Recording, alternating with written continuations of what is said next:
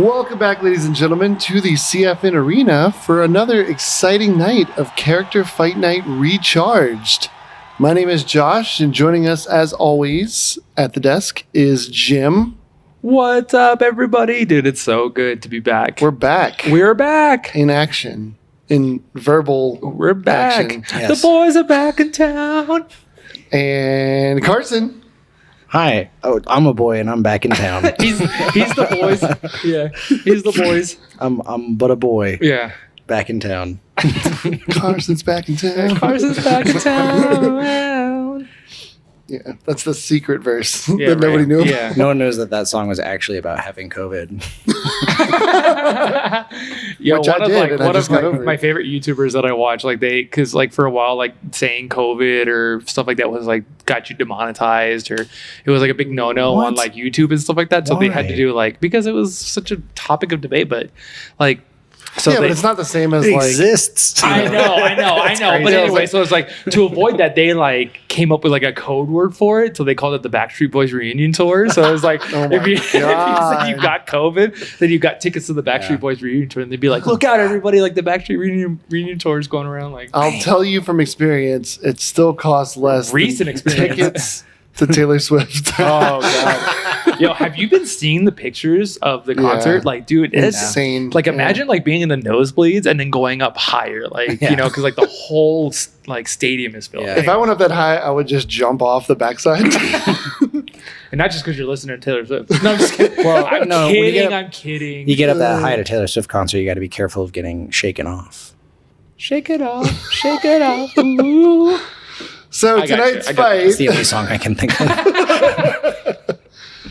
tonight's fight is going to be a really fun one. Actually, we threw a really interesting stipulation. Yes. Really fun stipulation, and we got two fun spy characters. I think Carson put it best before the show. Oh, yeah. You got a man-child versus a child-man.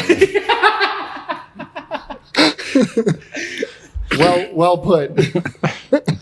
I'm going to leave it up to you guys to decipher which one is the man-child and which one is the child-man.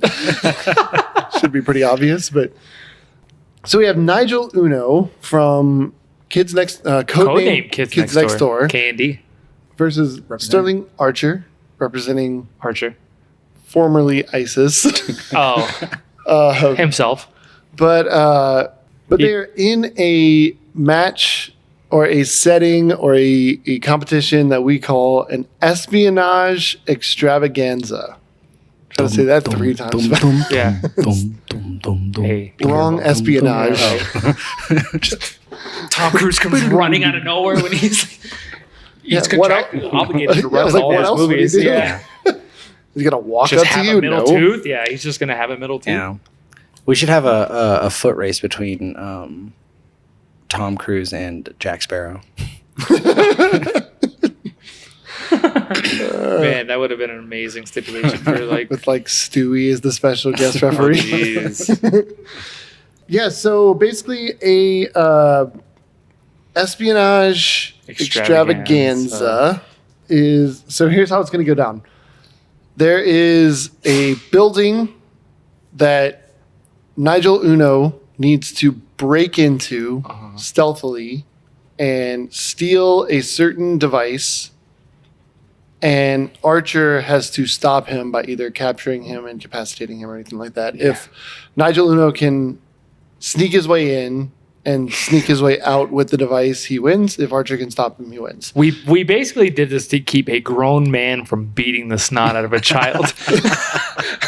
I don't think it would have gone that way, but He was pretty lazy. Man, CFN's really gone downhill when I mean, consider the source. He's John Benjamin and like the most fit person.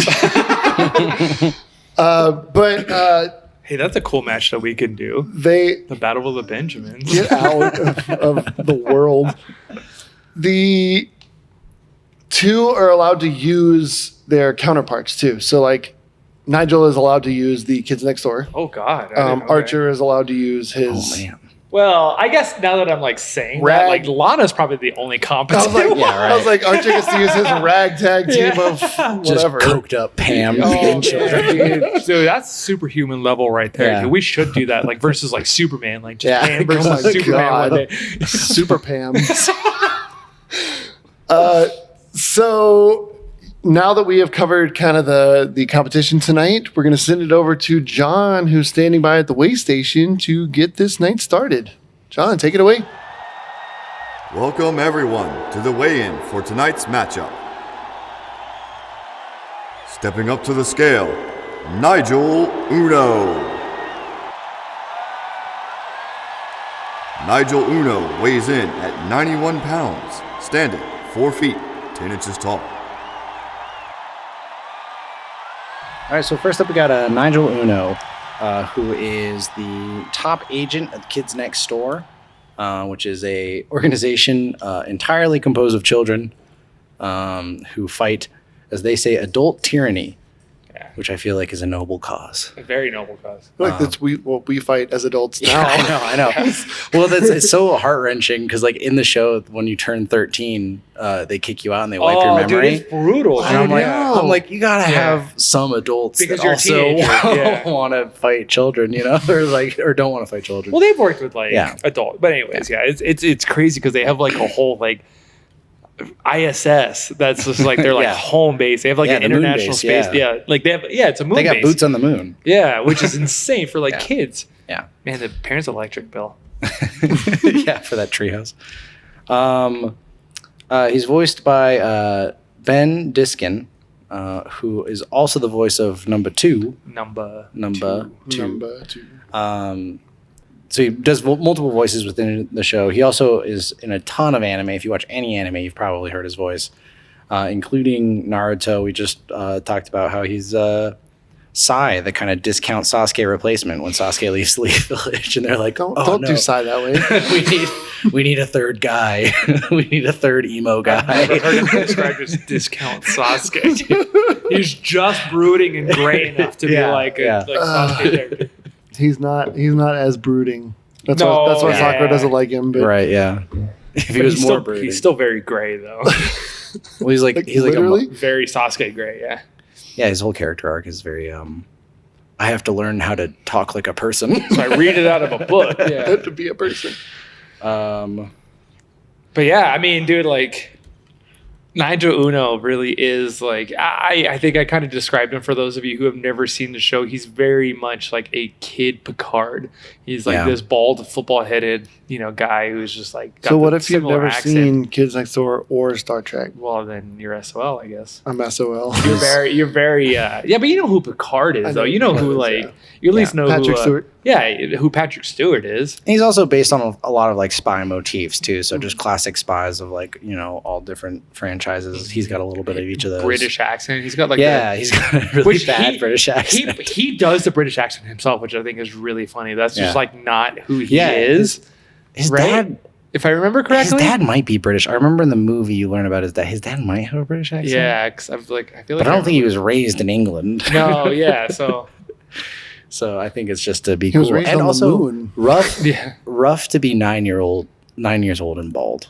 Like Oh, dude. Yeah, he like bald That's a like tough spot Yeah, to be balded in. like hella quick. like shiny bald. Unless he's like he has alopecia and then he's just like a role model for all the Could be. Yeah, I guess I people. didn't consider that. And I'd like to take this moment to formally apologize to I those. was like, Anthony Kerrigan just landed the role of oh, got yeah. alopecia. Lex yeah. Luthor. Yeah. No. No. Wait, you got me there. I was like, yeah, the ball. Oh, Yeah, there- God, you did it. Metamorpho. Yeah. I never would've thought of that. Yeah. Okay, I know Metamorpho. He's no hey. So, are there any like, without getting into strengths and weaknesses and stuff, are there any like special characteristics or anything that Nigel Uno? Obviously, he's like a good leader. He's number one, but well, he's kind of got a bit of a legacy. We kind of referenced his dad, and his dad was a former, like one of the first Kids Next Door agents when he was a kid.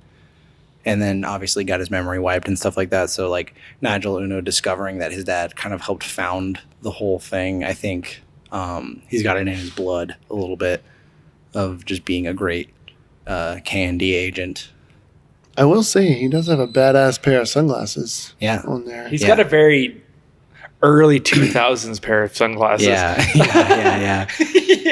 Yeah. So it's like wrap around. Yeah. He was always like really cool. Like I think like that it's weird because I'm like I like to wear long sleeves and shorts. Like I do it like it doesn't matter what time of year. It doesn't matter like how hot it is outside. I could always wear a long sleeve shirt and like a pair of shorts or whatever. And I feel like this show is where I got that inspiration from because of the amount of characters. His is a turtleneck. Yeah. But like, you know, like number 5 does it. I think too. Sometimes number 3 has like her like long sleeve shirt and then got like the really long sleeves. Yeah, but it's like I don't know. Like I feel like I could trace back. But yeah, so just we were just fashion icons, the kids next door. Yeah, absolutely. So I want to give a little backstory on the show itself before we move on. Obviously, they're from a show called Codename Kids Next Door, which was on Cartoon Network, which we're all familiar with, you know, growing up watching Cartoon Network, Cow and Chicken, Billy and Mandy. It premiered on December 6, 2002 and ran for about 6 years. Concluded in January 21st, 2008. 6 seasons and 78 episodes and 2 television movies. Yeah. And each one of those episodes, they come up with an acronym for the name of the episode. Which is, I thought was super cool. Yo, okay. Just to like bring this back, I have episodes of Codename Kids Next Door on a Game Boy Advance SP cartridge. Like the little like click-in cartridge. No way. So you can watch it in like pixels? I don't remember which episodes. It's been so long because I have a few episodes of SpongeBob too that are like that. Yeah, like another fun trivia for you is like number 1's code name is number 1 because his surname is Uno, which is Spanish for one.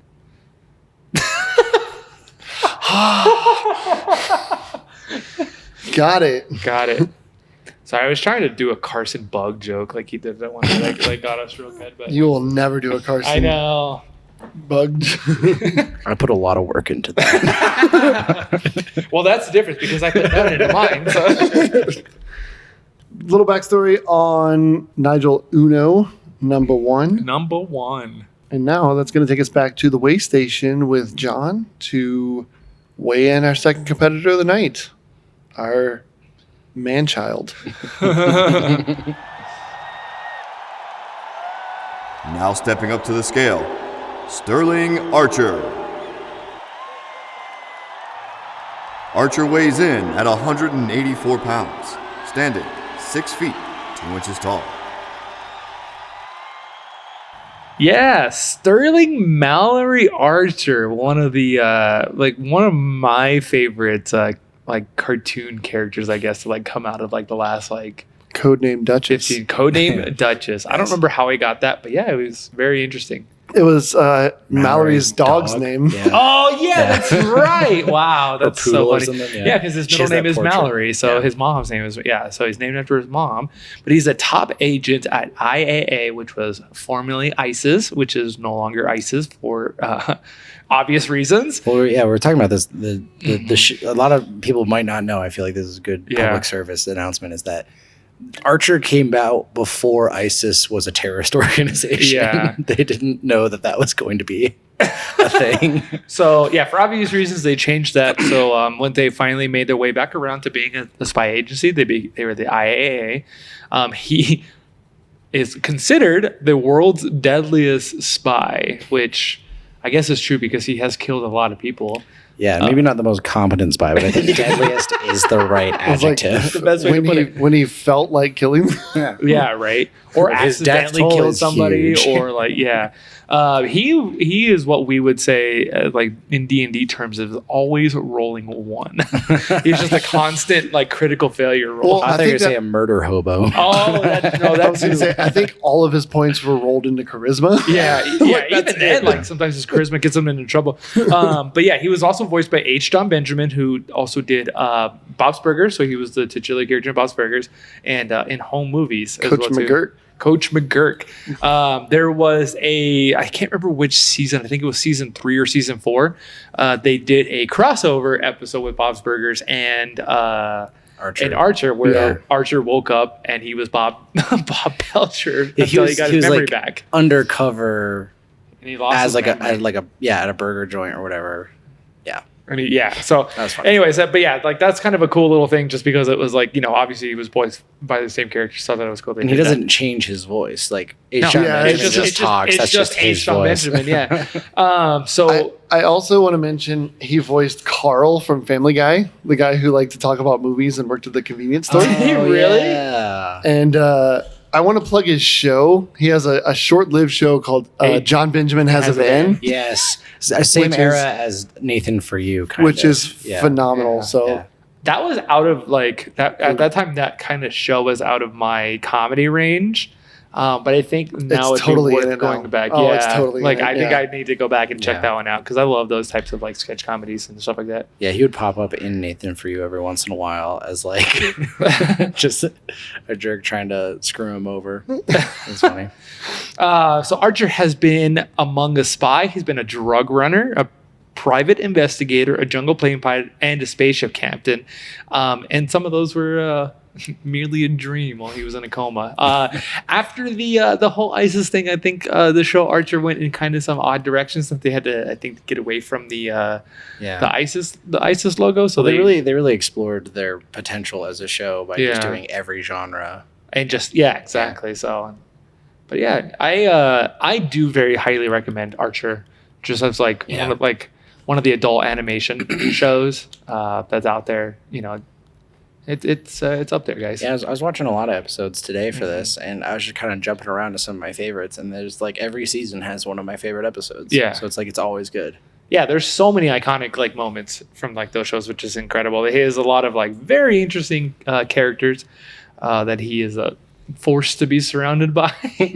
I think Krieger's probably one of my favorites. His evolution from just kind of like a normal scientist guy to just off the wall. They went so far off the deep end with Krieger, dude. Like once they realized he started catching on, then they just kept going with it. Once they made him like the son of a Nazi, they were like, yeah, he can just be whatever.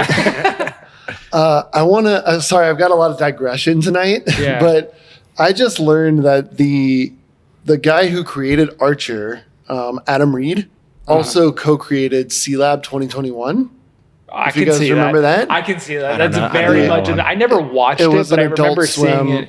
much in the vein of like Space Coast to Coast, like that whole. Okay. That like adult That animation block, and like yeah. like Adult Swim back in the day and stuff like that after like the 11 o'clock hour. Because it used to be like I remember Adult Swim would bedtime come was on at like 10. 11, and it would be like Futurama. When you had to sneak out of your room to watch it. Yes, I can absolutely see that though. That's very much in the same vein as like Archer. It's just silly, like over the top Kind of situational comedy in a weird way. Yeah. So a little information on Archer. Cool guy. Yeah. Famously cool guy. It premiered September 17th, 2009. Ran on FX. Jesus, really? Yep, ran on That's so FX. crazy. Ran on FX until 2016, and then it was picked up by FXX. Which is So it like just their, transitioned to I think the they more started adults. doing like FXX. I think it was their like more adult centered like TV They're heading shows. towards FXXX. Ooh, Where- let's hope not because they got some weird shows on It is- there. Yeah. It is currently still on FXX, and the new season is set to premiere August 30th. Oh of heck this yeah, year. dude! I I might did need to go not check know that. that. show out. I thought that they had wrapped up. Wow, they're still doing 14th it. season, 14th and final season. Oh, So- gotcha. They have plans to. Yeah. So they are wrapping it up. Yeah. Yeah. They just haven't yet.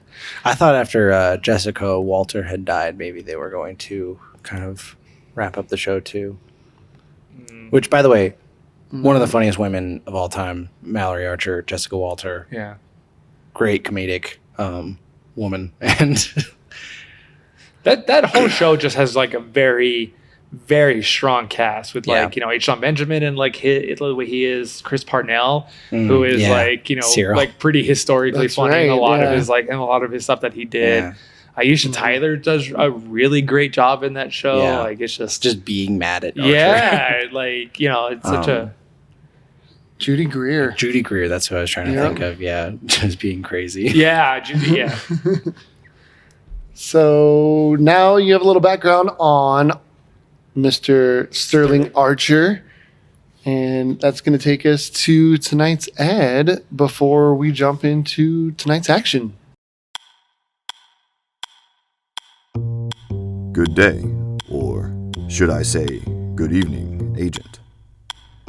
You're about to accept a high-risk mission, if you choose. However, don't get caught without the latest spy tech gear and gadgets. Come see me down at Go Gadgets Emporium. I'm just 3 blocks past the mysterious stranger on the left at my undisclosed location. This message will self-destruct in 5 seconds. So while Sterling Archer sets up his defenses in the building, Cocks the gun. Like, Takes a shot out of a flask. and Nigel Uno preps his attack plans, let's go down to John, who's standing by for tonight's intros. John, it's all yours. The following contest is an espionage extravaganza. Introducing first, armed with wit, gadgets, and a never-ending determination to fight for kids' rights. He's here to show that age is just a number when it comes to saving the day. From Codename's Kids Next Door, he is number 1, Nigel Uno!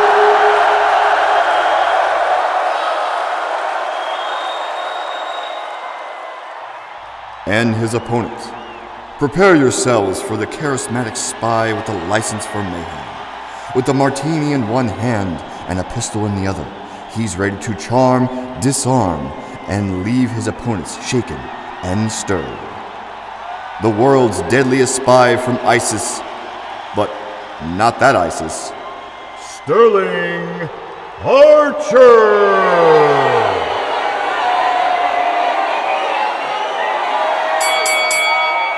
So round 1, we're going to touch on Nigel Uno and some of his strengths and weaknesses and the like. So, Carson, I know you kind of kicked off with his background. What does Nigel Uno bring to tonight's contest? Well, he's got a lot of strengths. I think one thing that's going to come in particularly helpful tonight is his experience and skill in fighting adults specifically. I mean, that's what he based his whole career off of. It's Yeah. his whole thing is like fighting adults with like various powers and abilities. And weird weapons. That is fair, yeah. I somehow remember like a plunger gun. Yeah, or like the common cold guy who would shoot snot and Oh my god! Well, you just unlocked the core Yeah. memory. Like, dude, it's been a minute since. stuff. But that's really interesting because you think like, oh, he's like a 4'10", like 10-year-old kid. But he Yeah. He's going up exclusively against an fights adult, but that's adults, his, yeah. That's his caliber of enemies. Like, Hey. We got it in. So yeah, he's got a lot of skills. He's defeated things like giant robots, just like for training. That's how he trains. That's how he gets better, stays sharp. He can kick down metal doors, which is like basically was he wearing like Timberlands, like yeah. that are also rockets. He's basically, because I was thinking about this on the way over, and I'm like, one of the things that makes this an entirely like fair fight at the end is his. We talked about cartoon. What's the word? Yeah, like he's got like the cartoon physics, and he has like the nigh invulnerability because of the fact that he's a cartoon character in that way. Like Archer's very much the same, but not in the same way. It's like he doesn't have that Looney Tune-esque. Like but I think if a bullet did hit Nigel Uno, it would still do. correct. If he didn't have the ability to dodge like point blank gunfire, so I think he's he incredibly might be agile. Yeah. I think one of his big strengths in this fight, since it's not, well, I say fight, in this competition, Yeah. since it's not a hand-to-hand combat necessarily, Yeah. I think that him being a natural leader and a very good tactician is Yeah. going to give him a huge bonus to... Also, putting him on the infiltration side kind of makes use of his smaller stature. I agree. Because Yeah. like he's in the air vents, he's infiltrating, he's sneaking around, and it's a little bit easier for him than say if the rules had been reversed. And I think here we do have like a few weaknesses and stuff for him too, but I'm hard pressed to say that these are going to come into, maybe the overconfidence, but like we have like that he's overly paranoid and too reckless, and I'm not 100% sure how well that these are, because this is a solo mission for him essentially. Like, he's going to probably have the other kids next door with him, but the idea behind this is causing diversions, mostly a solo mission. So, like at this point, so he's just going to sacrifice his team. It's hard to be. He's going to trust his team to handle this drunken adult.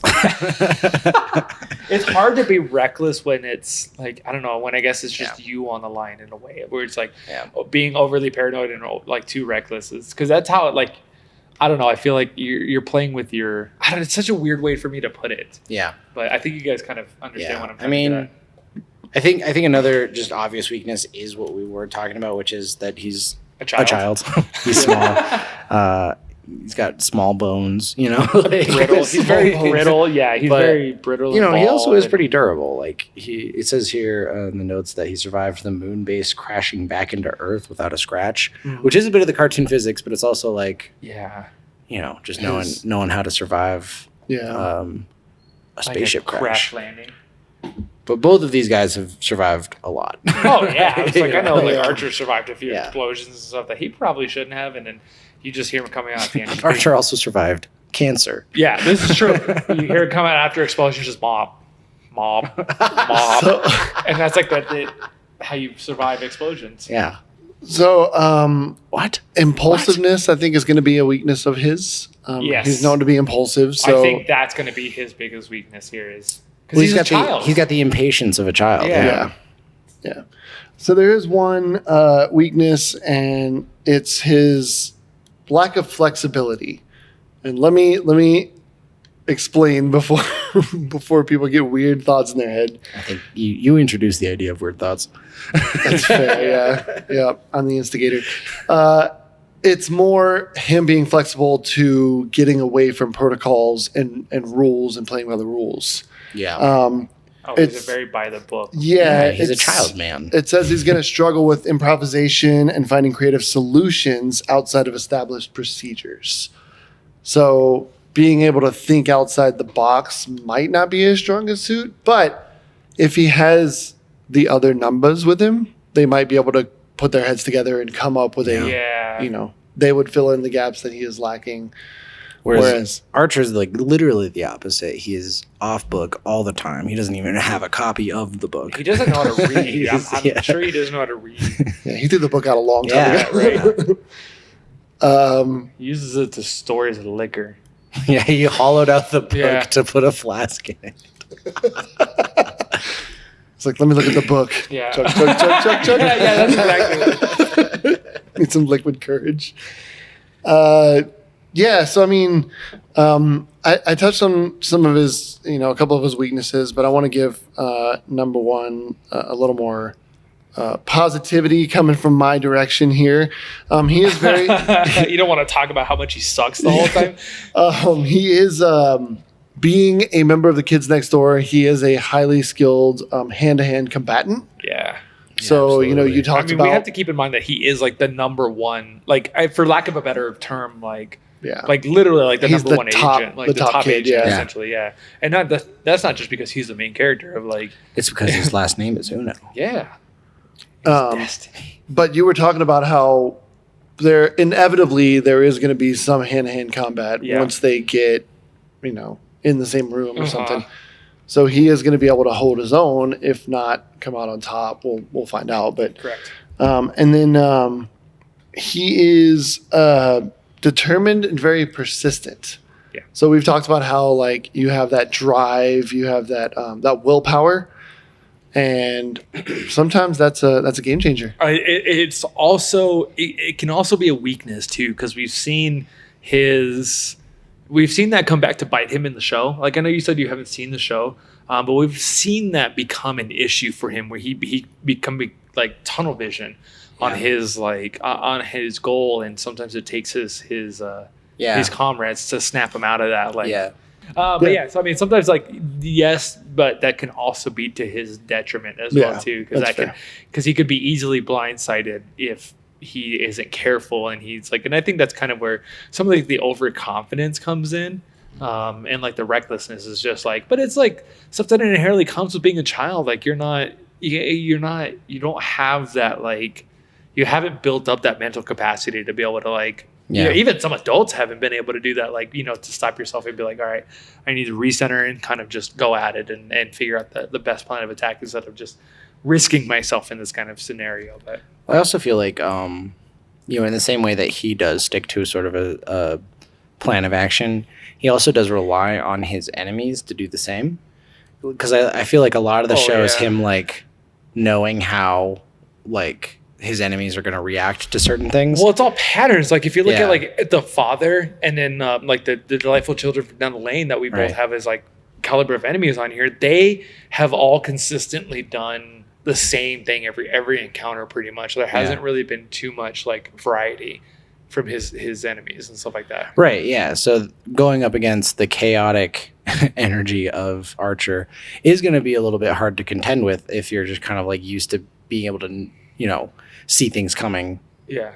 And that's sort of like your style, right? Is you do this, and then if I do this, I know you'll do that, like. Yeah. So that's going to do it for round one. Now you know a little bit more about Nigel Uno. And that is going to lead us right into round two, where we talk about man-child. It's weird. It's weird to put man-child and world's deadliest spy in the same sentence. Like it just doesn't roll off the tongue. You've got it. You've got it right here. Sorry, I like really couldn't get my throat to clear, and so I was like, I need a second. You need a Heimlich. Yeah. But here we are with Sterling Archer. So let's get into round two. So Archer, Jim, he's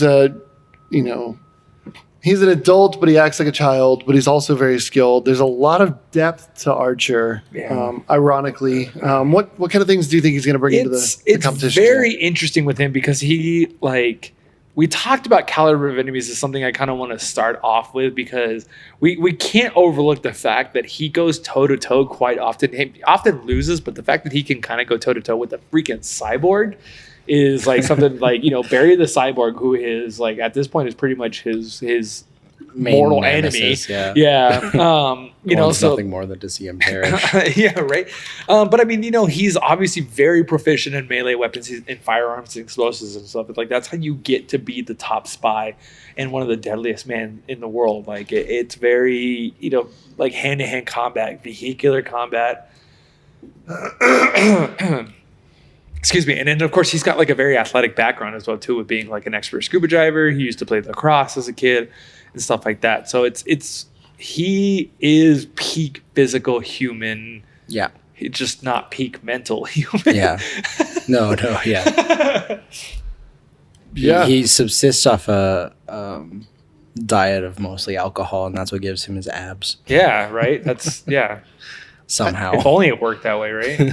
I think one of his big benefits is going to be not only his quick wit, where he's able to think kind of on his feet, but he's also able to think of like really good quips. Oh, dude, he is incredibly Sometimes he can't hand it though. Sometimes he's like, I had something for this. Yeah, and then he'll like stop himself and So is that going to be a drawback? Like, oh wait, I can't fight you until I think about this. Yes, absolutely, 100%. Because he is a narcissist. He wants to be. He wants to be the best spy in the world, but he also wants to be like the funniest guy in the room. He wants to make sure that everybody's paying attention to him. That he knows what he's doing. So it's like say he sets up a trap, and this is something we can talk a little bit more about like when we get. But he sets a trap. Nigel Uno discovers it, and he was like, no, like that was super cool. We got to do it again. Like go back and do it again. We had to see this. I needed somebody to see this. Yeah, it's like stuff like that. As soon as it doesn't work out, like something that he plans doesn't work out, he immediately is just going to pull out a Glock and correct. Yeah. So, but so that's absolutely to his detriment, and his mom is going to be there. I want to touch on what you just said though about the traps and him being disappointed. Is he's actually one of his weaknesses is he's extremely emotional. So I think you kind of it's the alcohol. Yes, it is. but it's also him as a person. He's just really emotionally vulnerable. Yeah. So like if you take away something from him that he really wanted, He's going to get mad. he's going to throw like a bitch fit. Yeah. Like a kid. He's going to throw a tantrum. Yeah. And so It's because his mom didn't love him enough growing up. And so well, it could be a big drawback when you're going against someone who is out to Who is pretty- disable all of your yeah. your cool traps that you laid and everything. With his 2x4 technology. I just remember that they call it that. Yeah. Oh, that's right. They do. It's funny because as a kid, you never catch that. But it's Yeah. like, as an adult, it's because probably most of the shit's just made out of wood. Yeah. I like that Barry is the head of the KGB now. Oh, dude, absolutely. He's like worked his way up the up the political ladder, if you will, to try to get to be the opposite of Archer. I had to throw this in at the end. I don't know if you guys saw that on the caliber of enemies side of Archer, because all we had in there at the time was Barry, and I was just like, literally anyone he meets becomes an enemy of his at some point. He has a very good penchant for pissing people off and just making enemies out of everybody, whether it's his friends or not. So he has a knack for getting under people's skin, but he is able to he's very, oh God, what's the James Bond in a way where he's got like old school James Bond. like old school James Bond, where it's like, you know, some sort of like pen thing that, you know, he's got a cane that contains like an infrared telescope, a garrote, a sleeping gas canister, beanbag rounds, like, Yeah, he's got gadgets. you know, exactly. Yeah, that's exactly what it is. You know, coupled that with his alcoholism, though, like how effective are those? You know, I feel like if we're talking about like charisma, there's a sense of luck with charisma too. So like even if his cane infrared gun thing didn't like went off wrong, it would still somehow. it's like, look how many times he shot somebody still while completely missing. Like, you know. Yeah. Yeah, it's more of a quantity over quality thing with him. the more stuff we can throw at him, something's gotta hit. Jim, I gotta ask you: Did you fill out the Archer side of this, or did you fill out the Archer side? I of this? did, yeah. Do you think the crocodiles and brain aneurysms is going to come into play? Well, I put that under strengths because those are the only two things that he fears. Okay. Other than that, yeah. he's fearless in all fights. Like when he's up against people, he's not afraid. You know, Yeah. he's jumping into gunfire, explosions. He's not afraid of any of that. He's like talking shit too while he's like Yeah. rolling around getting shot at. Oh, He's- absolutely. And I was yeah. like, I don't think Nigel Uno is going to have the ability to put him up against a crocodile or a brain aneurysm. Or even know to like try to use those tactics. Like, but imagine the fight if Nigel Uno just busts out a crocodile just randomly. Yeah. Like, Yeah. you know, good thing I have my 2x4 crocodile gun. And like, KND vehicle crocodile. I was like, yeah. not that he'd be Cool. able to like summon a crocodile, but I feel like Archer would definitely be the kind of person to let that slip that he's just afraid of crocodiles. Oh, absolutely. 100%, dude. Like that's what I was saying earlier. His charisma gets him in trouble quite a bit because He talks too much. just talks too much. Yeah. Yeah. But it's funny. He's is funny. so funny. He's a funny man. And he's good at what he does despite everything. And I also we mentioned the alcohol thing a little bit, but I did put alcohol under both strengths and weaknesses. I did notice that. Yeah, I because did notice that. There is an episode where he like fights sober, and it's just like he's not sucks. as good. Yeah. And like somehow the lack of inhibitions like gives him everything he needs to be a good spy. So he can just like pass through these situations as long as he's got substance in his system. So if Nigel Uno can cut off the supply, He's gonna set him off, breaking all his bottles. Dude, Jesus, I know. One good thing about Archer, in my opinion, is we kind of touched on it. Is he is well versed in a wide variety of gadgets. Yeah. You kind of touched on With his a few of cane? gadgets. Yeah. Yeah. He's also very adaptable in situations. So he's like his adaptability in this, I think, is going to come into play, where he's he has to set up defenses. He has to keep this kid spy or adult kid spy thing, whatever he is. Nailed it, yeah. Away from this object. And I don't know, just him being able to adapt to certain scenarios, I think is going to be a big benefit for Archer in this situation. He's good at winging it. Yeah, because I mean that's what he pretty much has to do. Yeah. All the time, because literally any plan ever that they have falls through. Yeah. Especially with his like wild coworkers. You never know what's or gonna happen. if they have a good plan, because sometimes like Lana and Cyril will have a good plan, and Archer's main job is to like up that plan. Yeah, like, absolutely it is, he's like, dude, yeah. even when there is a plan, Well, he because can't it's come up with Cyril. them and he can't follow them. If it's not his plan, Yeah. then it doesn't mean anything to him. Like and his plan is usually just, let's get this wrapped up so I can hit a bar. You know? running Like, guns a blazing, yeah. like mob. Drag drop, baby. Do you think that his alcoholism is going to be? So you said like he benefits from losing those like inhibitions and stuff. Do you think that? I don't know. Do you think he's going to be drunk at the start of this? Yes. You think he's already going to be drunk at the start of it? Okay. Yeah, 100%. There's no way that he doesn't wake up and immediately start drinking. Yeah. It's like, oh yeah, I have a thing. to do They tonight. literally like the running joke in the series is that like most of the shots that they have of Archer, he's holding a glass, and same with Mallory, his mom, right? Mhm. He's always got a drink in his hand, Something, yeah. and when he doesn't, he's always looking for it. like, Trying to get to his next drink. Yeah, we heard it. We heard it in John's intro. He's holding a martini in one hand and a pistol in the other. So that's kind of Archer in a nutshell. Doesn't he have that? He's got that little like. Doesn't he have like one of those like not like a 6 hour like one of those like the like the noisy cricket? From yeah, he's like the doesn't little he tiny gun? usually carry one of those little ones around all the time? yeah, I mean, he's always got something. He's always packing, That's true. except for when he goes on a blimp because he doesn't want to ignite the helium. I remember that episode, dude. He was like, yeah. Oh man, that was such a good one too. So that's going to wrap it up for round 2. And now, before we get into round 3, so I'm gonna tell you guys what the piece of information is that Nigel Uno is after in this competition. It is a picture of Duchess that The dog. Archer has to defend to make his mother proud. There we go. I love the idea that Archer was told that it was something else. And Yeah. really, like his mom, so Yeah. Mallory is the one that like gave him the mission. Mm-hmm. And it told him it was something else, but really it was just a picture of Duchess.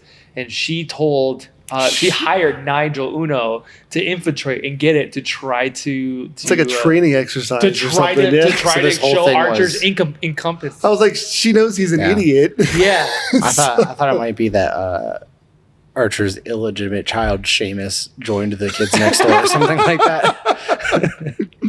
That would be. Kids next door trying to kidnap Seamus. No, that Yeah. was like. Yeah. That baby made me extremely uncomfortable in that movie. He always looked so weird. Like he just had like such a weirdly round head. I don't know. It's just like Doesn't he something get a about the way that tattoo? baby. They like get tattoos of each other. Yeah. It's a Seamus tattoo. Oh man, what a weird show that is. All right, so now that we know what Nigel Uno is after, let's dive into tonight's fight with round 3. So round 3, we are going to put these two to the test in different ways. Carson, we'll start with Nigel Uno. So he's got to sneak into this place, steal the intel, and get back out. I don't know. I think that you hit the nail on the head earlier with his size being a big advantage. Yeah. I think he's going to be able to sneak around. I think that Archer's going to be kind of none the wiser in the beginning. He's going to be, Do you think he knows that it's a child that's coming for this stuff? Because that's what I like to think. No, I don't think so. I think there's going to be this big moment where Nigel like comes around the corner or comes out of the shadow or something like Yeah. that, and Archer's just like really underwhelmed. Yeah. Either way, he's gonna take it as an insult. He's gonna be like, "Mother, I'm not a babysitter." Come get your child. Yeah. I mean, I think, first of all, I don't think Archer's going to do much in the way of preparation. You guys were talking about like traps and stuff and setting traps, and that's just not his style. He's going to be overconfident in his ability to. He's going to be he's going to be wherever the intel is to guard it, but he's not going to be like doing anything. He's just going to be like, when they get here, we'll just kill them and we'll be done. You know? Yeah.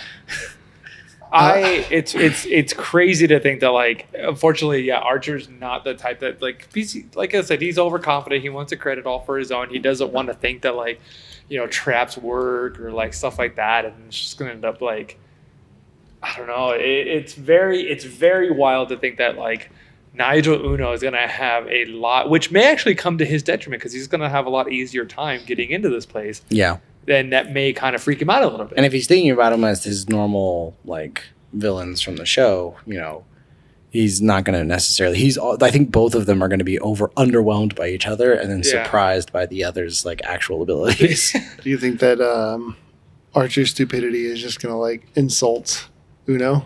Like in the way that Archer is insulted that he's up against a child. 100%. I also want to, before we go too much more into the match, I want to throw out this imagery to you guys: is everyone's going to be paired off with somebody if we end up having like both of the crews with them with each other. Like, I like to imagine you've got like number 3 and what's her name, the receptionist, Cheryl or Carol, depending on which season. Them two. Then you have like Lana and number 5, like Cyril and number 4, and like you know, or I guess like Cyril and number 2. Yeah, you know what I mean. Like, everyone's gonna be paired off with somebody, and those are all in of their own gonna be their own funny, like. And you know, the reasonable ones like Cyril and Lana. I use reasonable very loosely. There, I was just going to say, I was like... but they're going to resist fighting the children. Yeah. Whereas Cheryl and Archer and Pam are going to immediately be God, can you imagine? Can you imagine? Well, let me ask you, is that going to be a detriment to them, though? Do you think the kids are going to get the upper hand because they refuse to fight them? No. I mean, not until they see how... I don't know. There'd be a turning point. They are the more competent of the group. Yeah. But Lana also is just guns blazing, like, kind of like, she's not going to want to shoot number 5. Like, no, she's not going to kill the kid. Like, she's going to try to. She's the most level-headed one out of everyone, for lack of a better. Like, because none of them really are. Like, Cyril might try to kill, but no, I think Cyril will be all right. Once they insult him, and Cheryl are going to be the ones that like would most likely kill the kids. Like, you know what I mean, and have to be held back. Well, if Cyril feels emasculated by number 4, then he might try to take a shot. I think number 4 would make him feel emasculated, exactly. Like, you know, in a weird way. But like, it's just such a fun, like, little imagining, you know, because then you have like number 2 and Pam. I think would be like a good, like, funny matchup. Or that's like, kind of funny to think that number 4 is kind of more Archer-esque. Like, he's kind of the Archer of their group, where he's always like overconfident and trying to start fights. Yeah. 100%. That's funny. But here we got. So 2 questions for you guys. Okay. 1, do you think that Archer is going to drink too much and just pass out? No, he's got too high a tolerance. He drinks enough to get like normal, get level. He is like a superhuman alcoholic, where like, you know what I mean. He could consume so much. It's like you've gotten to the point of alcoholism where it's like you're not really like an alcoholic anymore, just because it's just like normal day-to-day function. Yeah, and that's why he needs it. No, it's a cartoon. Strictly make believe. The kids next door are also eating like pixie sticks or whatever, going crazy on sugar. Like, that's a metaphor for drugs. Overt. But yeah, going back to like Archer and Uno, it's very quickly going to turn into kind of a hand-to-hand type of situation, and I think what's going to happen is number 1's going to piss off Archer to no extent, because he's going to be able to dodge and dip and dive and dodge. And you forgot duck. Oh, and duck. Yeah, sorry. Thank you for catching that joke. But like, as I was saying, I was like, I gotta do this. But yeah, he's gonna be able to like do a lot of like movement to get away. I almost said movement tech. I've been like watching way too many like video game and playing too many video games. But like do much, like a lot of movement stuff and get away out of Archer's line of sight, and like be able to like get these hits in that Archer's gonna expect. I imagine Archer's gonna get so mad at some point he's just gonna throw his gun at Nigel Uno, and then he's gonna to get rid of his gun right there and then pull another one out from somewhere. But like he's going to end up trying to throw it and miss. He's just got guns everywhere. But yeah, look at him, dude. He's always prepared, even though he's never prepared. Right. Well, I mean, that's such a weird dichotomy. Like, I know. well, I mean, there's also a chance that Nigel Uno will, instead of trying to make it a hand-to-hand fight, he'll just try to like use the other kids next door as a distraction. Yeah. Right? Like have them out there causing chaos with their like mustard guns and big old magnets or whatever. I forget what they have. But plunger guns and stuff like that. They have all kinds of different stuff. But all the while he's just stealthing to the intel. Because he can be stealthy. He's nimble. Yeah. Oh yeah, absolutely. Or Archer could just shoot him in the kneecap and just like call it good. Do you think that Uno is a good enough like leader? I say leader because there's a lot of charisma with leadership, right? Mm-hmm. Do you think that he's able to talk Archer into just giving him the intel? Like, I can see Archer. He offers him a job at Kids Next Door. I in a weird no, because he was tasked by his mother to protect That him. is fair. Yeah. And he has this inherent need to constantly please and be, shining in the eyes of his mother, despite like everything that or nothing that she's done for him, I guess, like growing up. But so I think I don't think there's a way that Nigel Uno can talk. I keep saying that it's weird saying Nigel Uno this often. Like number one, can talk himself into getting that. He's just so stubborn. For everybody who hasn't figured it out yet, Nigel Uno is number one. Yeah, because his name is. I forgot my other question. Yes. So 3 minutes later, I'm going to ask my second question. All right. Do you think that? So you talked about Archer not, being too egotistical to set up traps and everything like that. Mm-hmm. Do you think that his team is going to set up traps? And do you think that Archer is going to fall into those traps?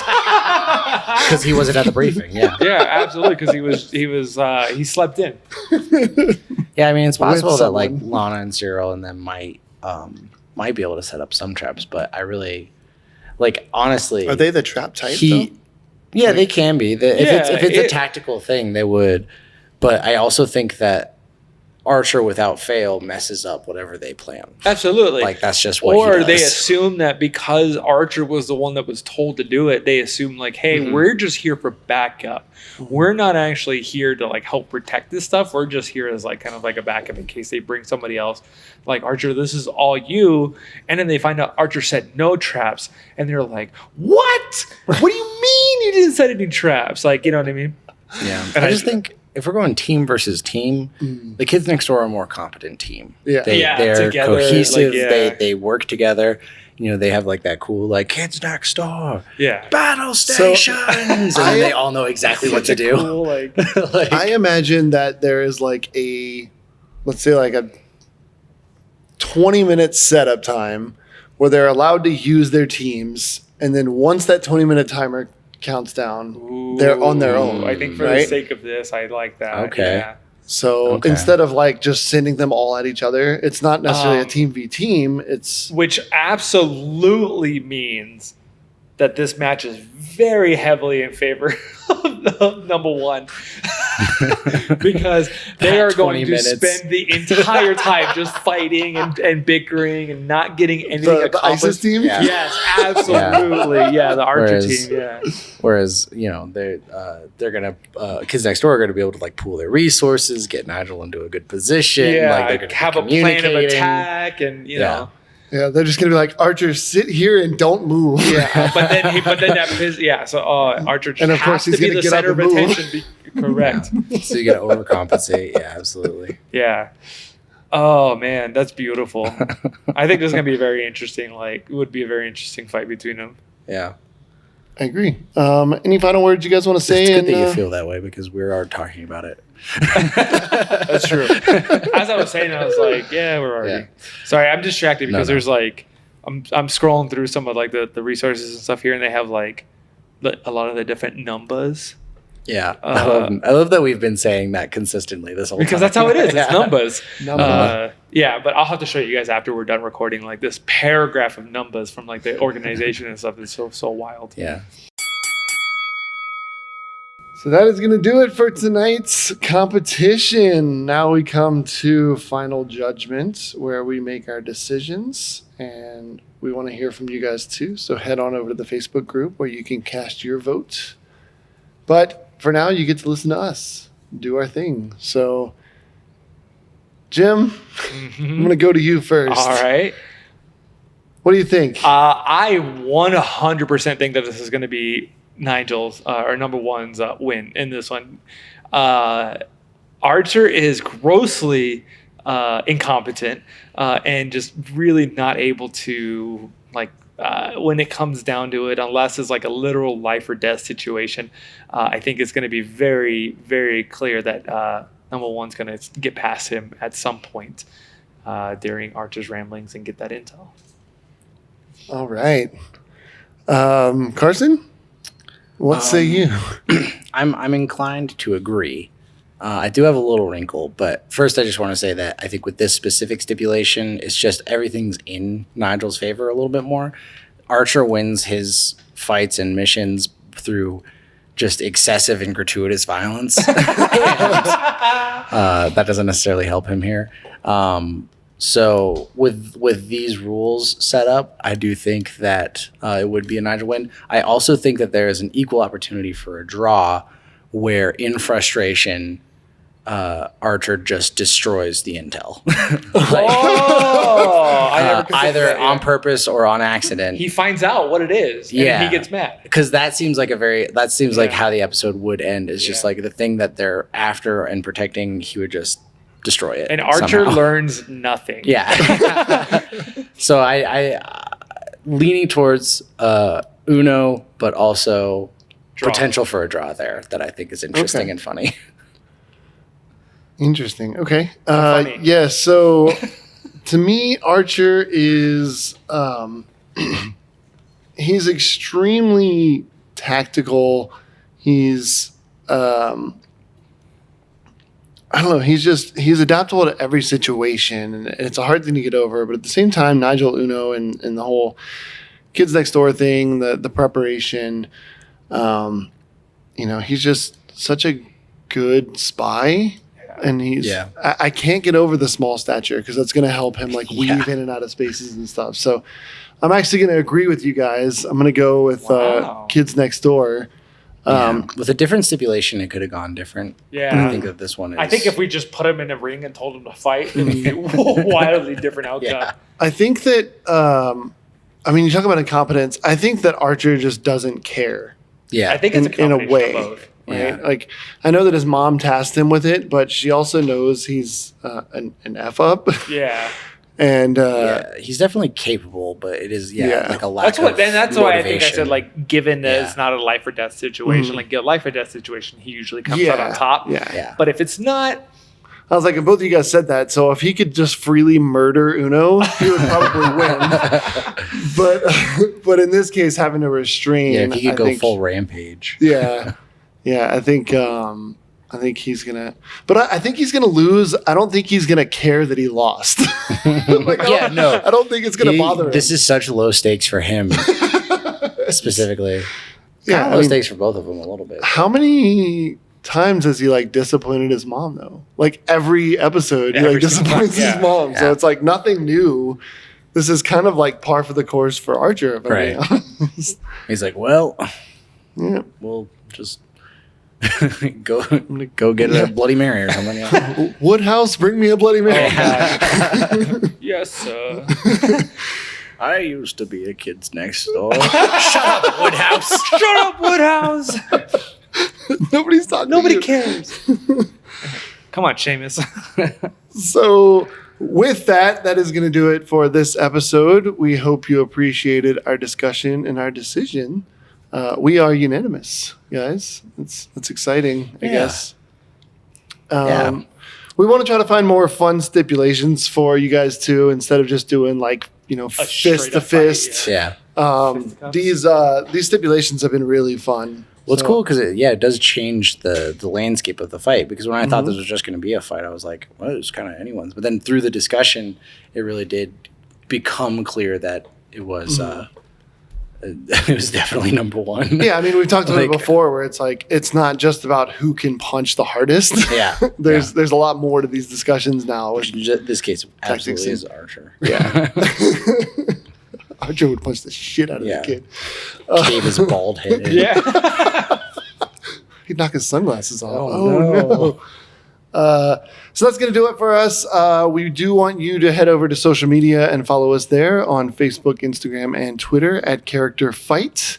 And we want you to join our Facebook fan stand group too, the Character Fight Night fan stand, where we have discussions on our fights. And we want to hear from you guys too on some fights that you want to hear. We're also on YouTube now. So if you're listening to this on YouTube, like this video and subscribe to our channel and check out our other videos and subscribe here. Like, comment, and subscribe. Hit that bell. Hit that bell icon so you get notifications when we upload a new video. But for Jim, Carson, John, and myself, of course, that's going to do it for this episode of CFN Recharged. We'll see you in the next one. And remember, let your characters do the fighting for you.